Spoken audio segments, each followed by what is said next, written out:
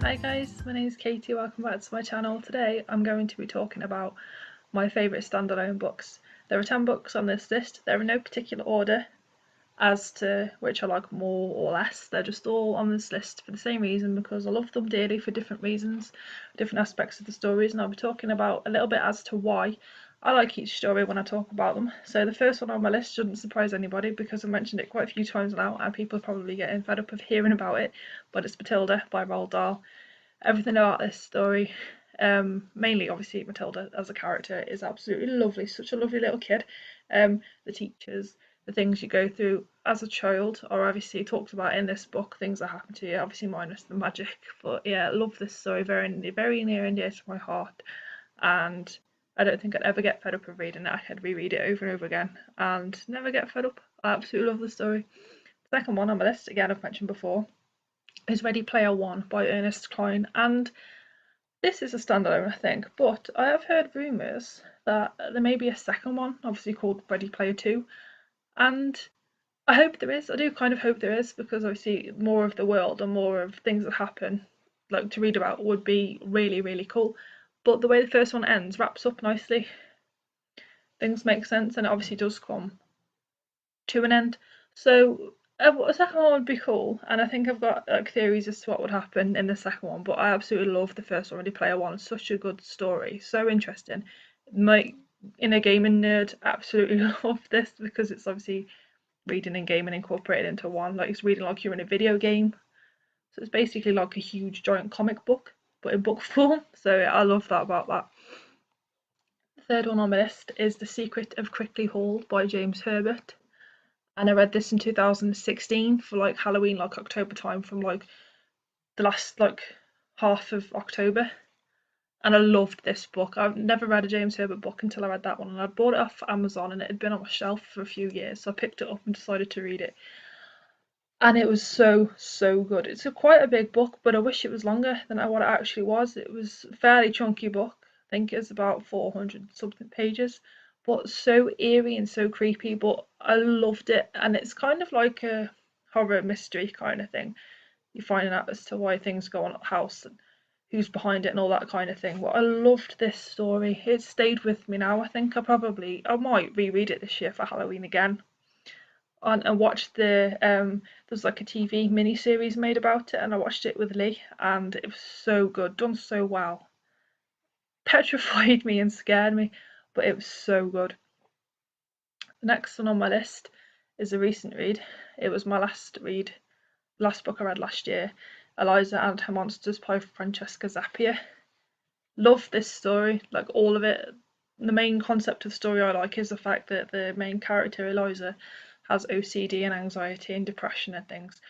And that's how it's depicted in this book that I love about this so much, because like a lot of people, I have anxiety and I suffer from depression and all that kind of thing. So reading about someone who deals with it in the way she does was really very interesting, in the way she immerses herself into things. She owns and designs a webcomic, and there's a lot more depth to the title than what it just appears to be, if you know what I mean. So her way of dealing with her anxiety and her depression is to put all of her emotion and all of her thoughts and things into these characters in this webcomic.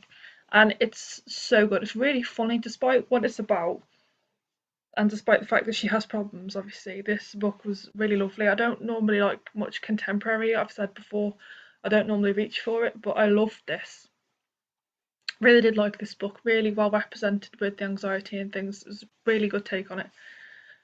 The next one, again, is a recent read, and it's Wonder by R.J. Palacio.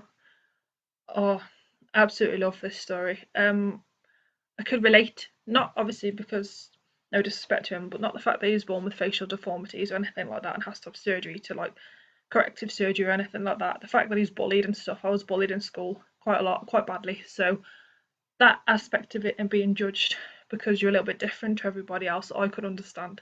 And the fact that he's a 10-year-old kid going through that hit home for me. It did upset me a bit because obviously I know what it's like, but the way he deals with it and his sense of humour and just the warmness of his character and how bright he is and how positive he is really touched me. And again, I've said before on another video, his sister Via, the way she deals with them two together and their relationship as brother and sister was so lovely to read about.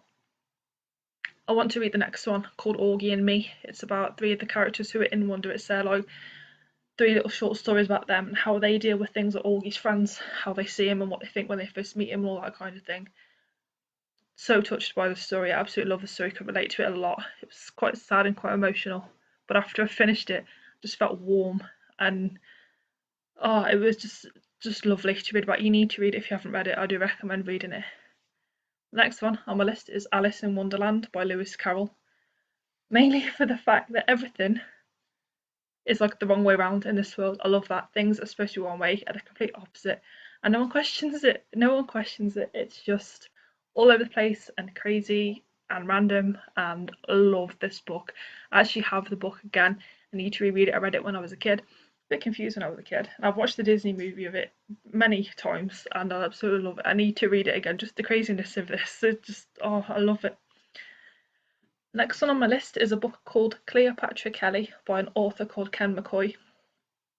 And I've said before, I did have a few years where I didn't really read anything. And then I started going to the library and started getting back into things. But I used to go with my mum, going around to like used bookstores and used bookshops and picking up some books. And I went in this one shop where you could basically fill up a bag for like £2. Put as many books in this bag as you can for £2. And a couple of them were on this list were in that bag.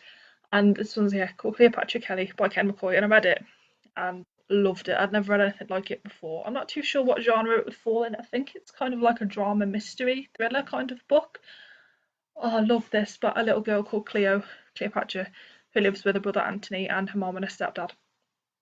And she's not treated very well. She's mistreated, she's beaten and things, and left to kind of starve and not have any clean clothes and all that kind of thing. And she's locked away in a place she calls the bogey hole. And her mum and her stepdad come back from going out drinking and the house gets caught on fire and she escapes and kind of goes on the run, obviously, because this is like, I'm not too sure when it's set, but it's an old book. So she goes missing, so she's reported missing and the authorities are trying to find her. So she kind of just goes on the run. It ends up like in this home for children, like for girls, and goes to this school and she gets bullied there and stuff. And then she doesn't hear from her brother for ages and they get reunited and they're trying to go on the run of things, and it's just so good, so sad as well. It's really good characters. Cleo's a lovely character to read about. It's quite funny, good side characters. It really left a mark. I think I've read the book about 7 times, so that says a lot about me. I do reread books but not that much, but I absolutely love it. I still got it on my shelf now and I absolutely love it. The next book, again, was in that bag of used books that I got when I went with my mum, and it's called Wishes and Tears by an author called D. Williams. The main character is called Janet. This is quite an old book. This is, I can't remember as to what year it's set in, but it's an old book, and she basically, her dad is a vicar, and they're like obviously live like in a religious household and stuff, and she goes to the to a coronation and meets a boy, and things happen. She falls pregnant. She's only 16 and she falls pregnant, so she obviously tells her mom, and because she's only 16 she goes to live like in a convent and nuns look after her. When she's 16 she has a baby taken off of her and her child goes into care.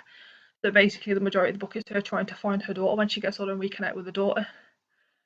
I love this book. Again, I think I read this book about 6-7 times and it always makes me cry, always makes me sad, even though I know it's going to happen and I expect it. It's so good, so good. It's the kind of book I'd want to just sit in a really comfy chair with a blanket and a cup of tea or hot chocolate and just sit and read it all in one go, because it's absolutely brilliant. It's so good. And the last book is a book called Poison Heart by S.B. Hayes. Went to the library, this is years ago now, I don't know, about over 10 years ago. Went to the library and just found it. The cover just intrigued me. It was absolutely beautiful. It's like in a forest, but the outsides are like a blue colour and all the trees are black, and there's this girl walking like away from you with a black dress and a bright red hair, and it's beautiful. It gives me chills thinking about the cover. I picked it up and I read it, and again it's like a mystery thriller kind of thing. The main character is called Katie, and she's on the bus one day with her friends, and 2 buses kind of park alongside each other going opposite ways, and there's a girl on the bus who looks exactly the same as Katie, and she just stares at her for about 2 minutes while the buses are parked, and then they go the opposite ways, and then Katie can't get her out of her head, tries telling her friends about it, that it's freaked her out and everything. And they're convinced she's just imagining it, and obviously she meets this girl who looks exactly the same as her, and things unfold from there. This other girl is called Genevieve, and basically tells Katie that she's going to steal her life and take everything from her and have the life she's got and all that kind of thing. So it's like twists and turns and plot twists, and find out who this other girl is and how she knows her and all this kind of thing. And it's absolutely amazing. I think I've read the book about 4 times. So it is so good. But yeah, that's it for this video, guys. Just thought I'd tell you about books that I love, their standalones. I think a few on here aren't as well known, so I have said before in my booktube movie tag and some of the videos, I tend to read some books that not a lot of people have heard about, that don't seem as popular, and a few of these I think are like a chosen kind of thing. You go and look for and find them. They're not really out there that much, so I thought I'd kind of try and put them on out a bit more, maybe encourage some more people to read them, because they are very good. But yeah, that's it for this video, guys. Thank you very much for watching. Don't forget to like, comment and subscribe so you don't miss any future videos, and I will see you in my next one.